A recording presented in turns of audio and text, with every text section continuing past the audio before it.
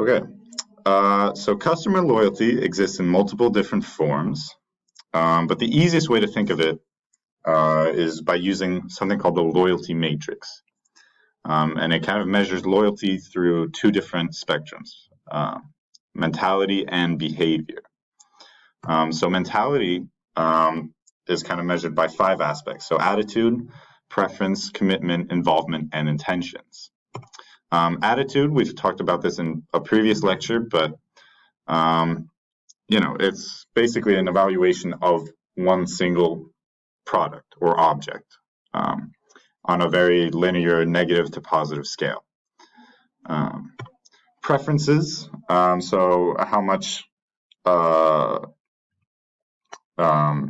single customer prefers one product over a similar product, like a substitute. So Coke and Pepsi is a classic example. Commitment, so this is for how much a customer feels like they want to really stick with a product. So let's say you have your favorite type of drink, but it's not like a very huge brand, so it's like not a very stable brand. And so if you really enjoy it, then a high commitment would mean like you're willing to go the extra mile to really ensure that this product sticks around. You feel an attachment to it. Involvement, so this is how much you kind of interact with the product every single day, how relevant it is to you on a personal level and its own importance for you. And then your intentions, so it's we've talked about what an intention is, but essentially the link between kind of an idea and a behavior is an intention. And so what your intentions are towards a product. So going back to the loyalty matrix, we can also see that has a behavioral dimension. So this can be measured through duration, frequency, volume, depth, and customer share.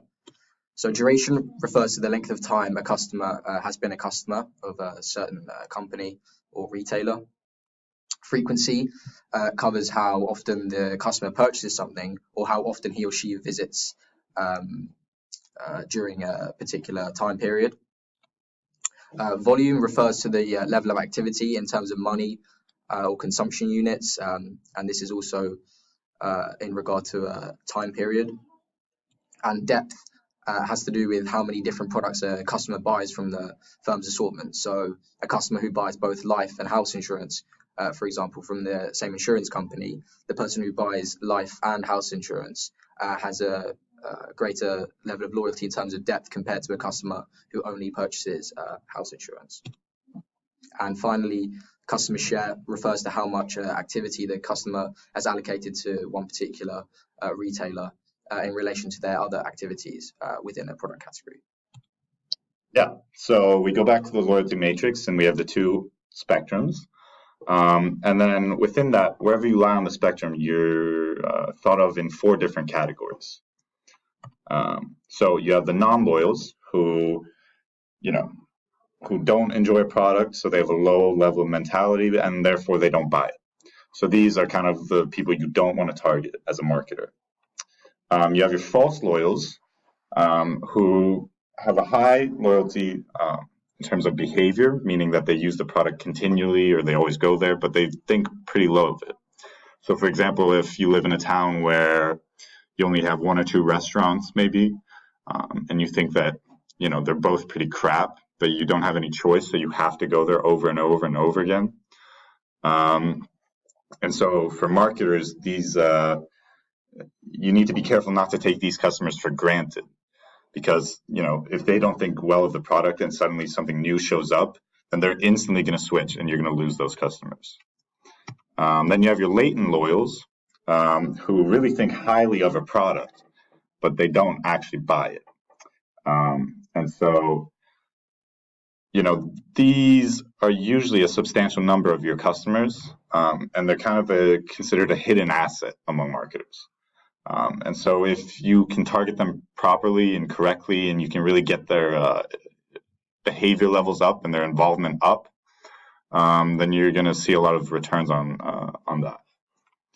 And then finally, you have the true loyals who, love a product and they buy a lot of it. And so these are your ideal customers. This is the ideal state of customer loyalty. And also it's important to mention that this kind of two-dimensional scale of behavior and mentality is explicitly for the relationship between customers and suppliers, while word of mouth is a different lecture, different topic. Yep. Thank you.